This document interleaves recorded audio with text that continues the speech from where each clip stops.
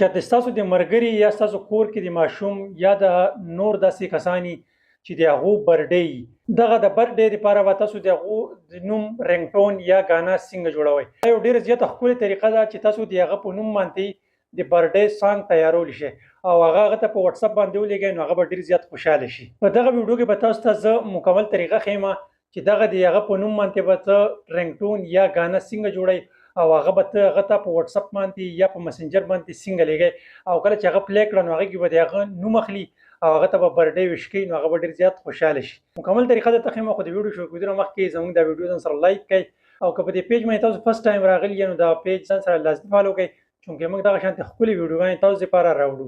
ښه ملګرو، اوس موږ راغلو خپل د موبایل سکرین ته. د چا چې هم برډې نو هغه د هغه په نوم باندې تاسو هغه ته یو ګانا چې ده، مطلب یو ساؤنډ هغه ته ډالۍ کولی شئ. هغه ته په وټساپ باندې یا تاسو نور کم اپلیکیشن مطلب انسټاګرام شو یا فیسبوک شو یا مسنجر شو، په هغې باندې تاسو هغه ته لیږلی شئ.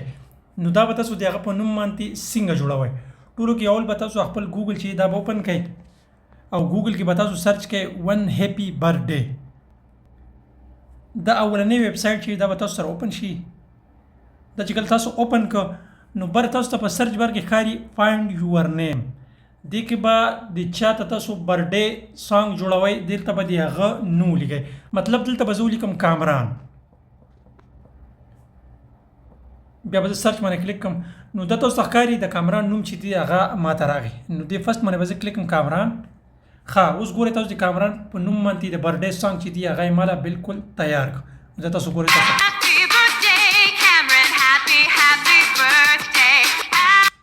نو دا تاسو ګورئ د کامران په نوم باندې هیپي برډې سانګ چې دی دا ماله بالکل تیار کړ. ښه، اوس که دا تاسو ډاونلوډ کوئ نو لاندې تاسو ته ښکاري دا چې ډاونلوډ نشان دې باندې به کلیک کړئ. دې باندې چې کله تاسو کلیک کړئ نو دا کیپچا چې دا به تاسو دې لاندې کومه خانه چې دې کې به ورکړئ، مطلب زه ورکوم SW36 دا باندې کې ورکړ او لاندې کلیک باندې به زه ډاونلوډ کړم. نو دا تاسو ښکاري ډاونلوډ. نو دا اوس ما سره ډاونلوډ شو. دا چې کله ما سره ډاونلوډ شو نو تاسو د شیر باندې به کلیک کړئ. شیر باندې چې کله تاسو کلیک کړئ نو تاسو په وټساپ باندې کلیک کړئ. وټساپ باندې تاسو کلیک کړئ نو جست ون باندې به کلیک کړئ. جست ون باندې چې تاسو کله کلیک کړئ نو دا تاسو ګورئ په وټساپ کې دا استاد ما دې کس ته سینډ کړ. نو دغه ترتیب سره تاسو هر چاته د برډې کوم سانګ چې دی هغه جوړولی شئ او بیا تاسو په وټساپ باندې، په انسټاګرام باندې، په مسنجر باندې سینډ کولی شئ.